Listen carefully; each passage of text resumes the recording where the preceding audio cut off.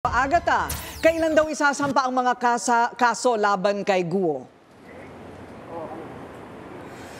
Corina, sa Miyerkules daw yan isasampa. So ayun na nga, magsasampa na sa susunod na linggo ng kaso ang Justice Department laban kay Alice Guo ng qualified trafficking in persons.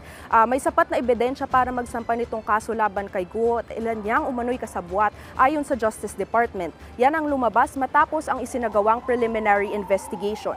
Sa Miyerkules nga daw isasampa itong kaso sa Capas, Tarlac.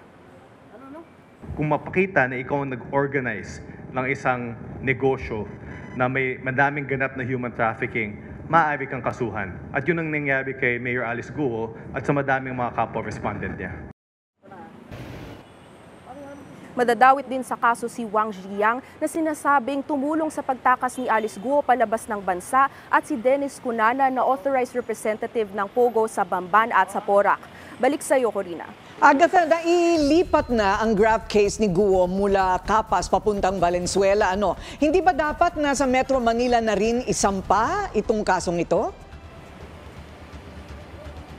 Corina, umaasa nga ang DOJ na malilipat ang kaso sa korte sa Metro Manila. Ngunit sa ngayon sa Capas, Tarlac daw dapat isampa ang kaso dahil iyon ang may jurisdiksyon sa kung saan nangyari ang krimen. Balik sa iyo, Corina. Okay, maraming salamat Agatha Gregorio, nagre-report mula sa DOJ.